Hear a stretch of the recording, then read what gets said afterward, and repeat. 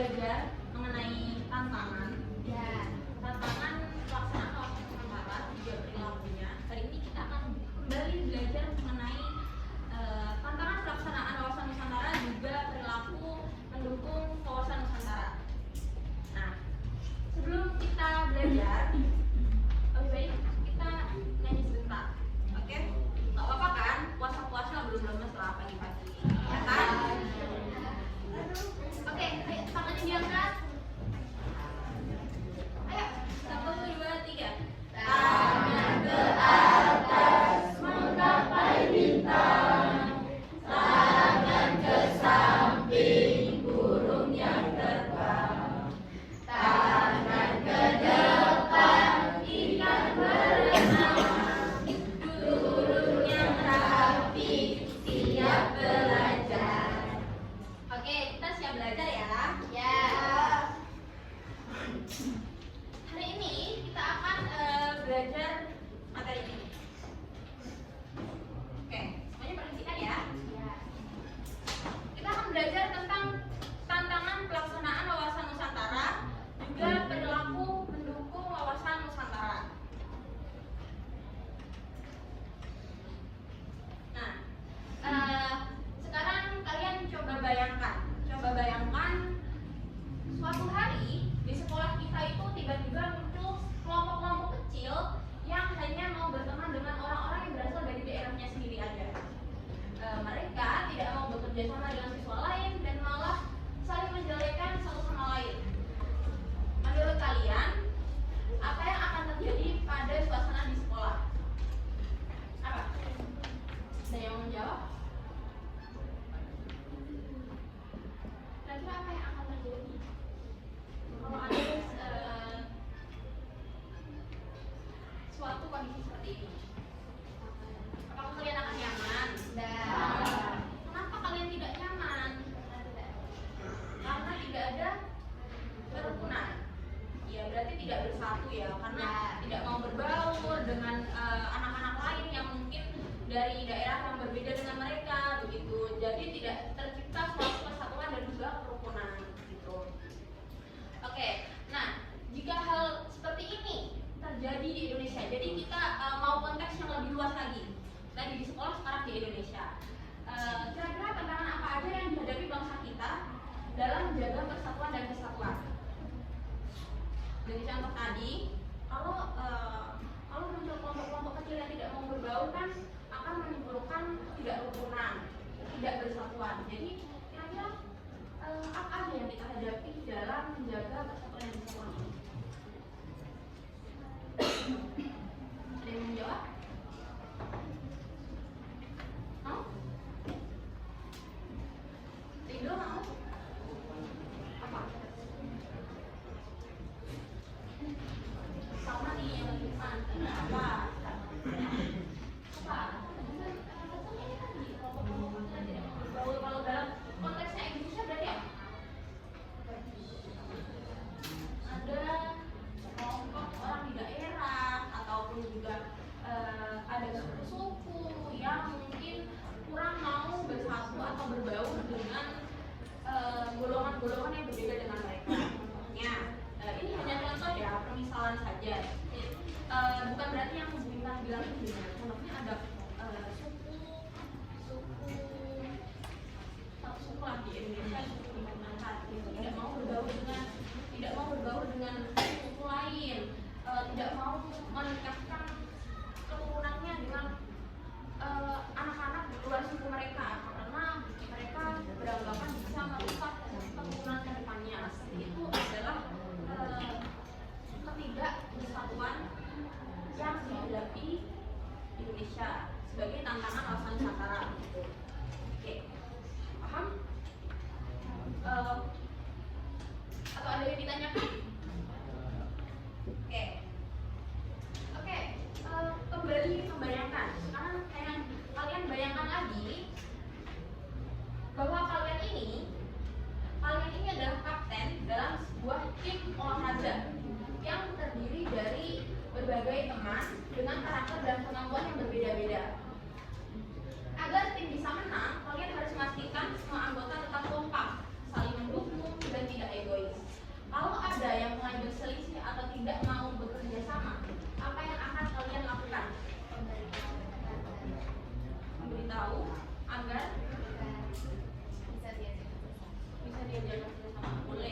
lagi? Menasihati. Oke. Berarti diajak berdiskusi ya. Ada lagi? Gimana? Kalau kalian jadi ketua tim gitu, ada nggak yang jadi ketua organisasi di sini? Ekstrakurikuler. Rido. Gimana Rido kalau kamu menghadapi situasi kayak gini? Ditegur aja kok? Dinasihati. Dinasihati agar apa? Agar bisa diukur dan kembali kepada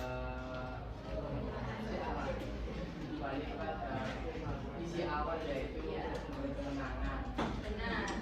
Jadi diajak berdiskusi dulu, kemudian oke, ditegur awalnya, tapi jangan marah-marah kak. Kamu ini nggak bisa, kamu ini nggak bisa masuk tim karena gini-gini. Nggak boleh gitu. Jadi harus diskusikan, kemudian diajak berkolaborasi. Oke, ini adalah tujuan pembelajaran yang akan kita lakukan hari ini. Yaitu yang pertama, setelah menyimak paparan PowerPoint, peserta didik mampu mengklasifikasikan tantangan dalam pelaksanaan wawasan Nusantara. Kemudian yang kedua, peserta didik mampu menggunakan contoh konkret untuk menjelaskan dampak tantangan wawasan Nusantara terhadap persatuan dan kesatuan bangsa. Selanjutnya, peserta didik mampu menganalisis hubungan antara tantangan wawasan Nusantara dan perilaku yang dapat mendukung dalam kehidupan sehari-hari. Juga, peserta didik mampu mengorganisasikan informasi terkait wawasan Nusantara dan menerapkannya dalam permainan tips game turnamen. Oke, kita akan menyimak video ini.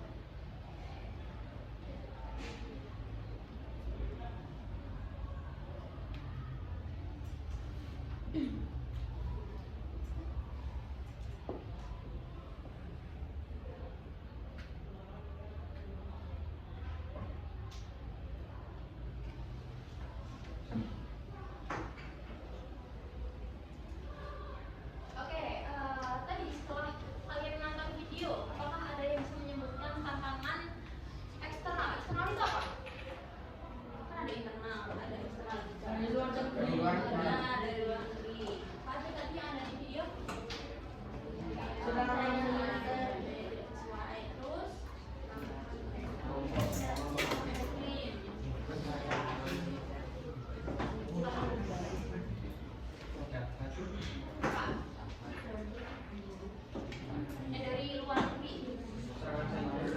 Serangan cyber.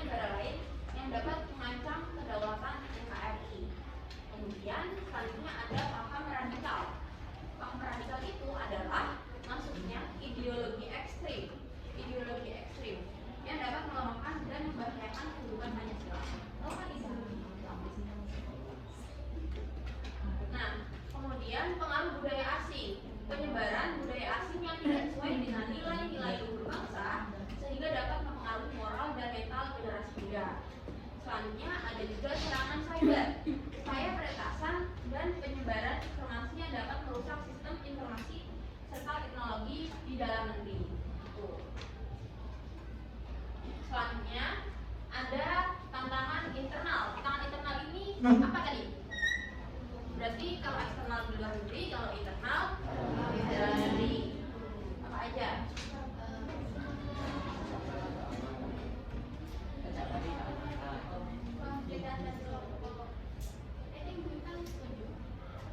Terus, oke, maksud saja ya. Jadi tantangan internal ini sebenarnya ada banyak, cuma berikan hanya merangkum beberapa. Jadi kalian bisa belajar jauh lebih banyak saat di luar kelas mungkin. Beberapa tantangan internal yang kita hadapi dalam membangun wawasan Nusantara ini adalah yang pertama gerakan separatis. Gerakan separatis itu adalah sekelompok orang yang ingin memisahkan diri dari NKRI. Bukan sekelompok orang saja, ada orang-orang dari suatu daerah yang bersama-sama ingin memisahkan diri dari Indonesia, itu namanya gerakan separatis. Pernah dengar kasusnya nggak? Pernah. Nah, itu adalah suatu tantangan atau perilaku yang mengancam kedaulatan NKRI. Selanjutnya ada perpecahan sosial. Perpecahan sosial ini adalah konflik antara kelompok masyarakat yang dapat melemahkan persatuan dan kesatuan. Selanjutnya ada ketidakpercayaan terhadap pemerintah. Aparat yang tidak amanah dapat menyebabkan masyarakat kehilangan kepercayaan terhadap negara. Kemudian menurunnya nasionalisme. Sikap cinta tanah air yang mulai luntur akibat pengaruh dari globalisasi. Yang terakhir adalah penyalahgunaan teknologi.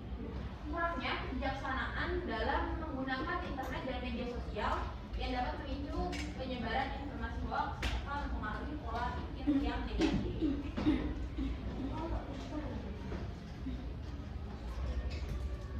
Nah, ini dalam era teknologi ini yang sangat berkembang pesat, informasi dengan mudah dapat diakses oleh siapa-siapa saja. Namun, tidak semua informasi sesuai dengan nilai-nilai yang harus kita pegang sebagai warga negara.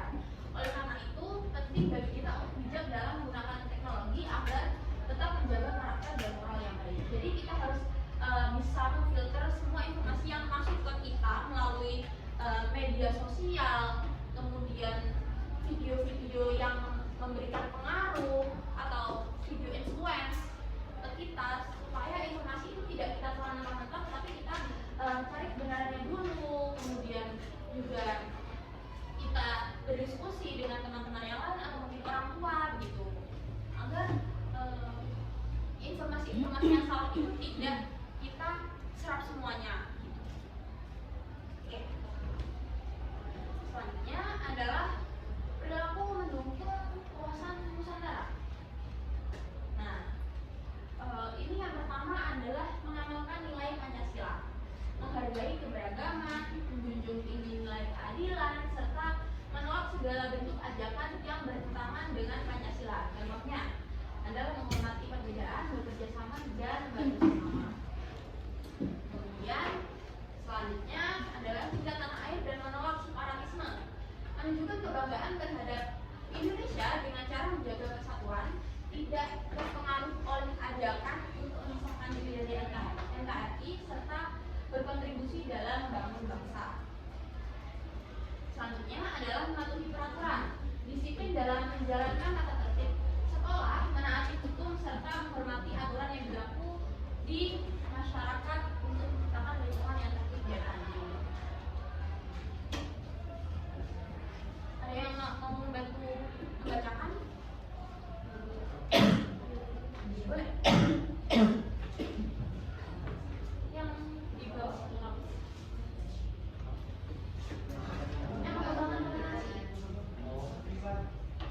mengembangkan toleransi, saling menghormati perbedaan suku, agama, ras, dan budaya. Sikap sabar, saling membantu, serta tidak memaksakan kehendak kepada orang lain agar terciptanya persatuan yang kokoh. Oke, selanjutnya ada yang mau membantu? Boleh. ujaran kebencian, menggunakan bahasa yang baik dan sopan, tidak menyebarkan berita hoaks, serta menghormati sesama di lingkungan sekolah maupun masyarakat. Terakhir, Saya oh boleh. menyampaikan pendapat secara santun, mengungkapkan aspirasi melalui cara yang tepat, seperti berdiskusi dengan guru, wali kelas, atau organisasi sekolah tanpa menimbulkan konflik. Oke.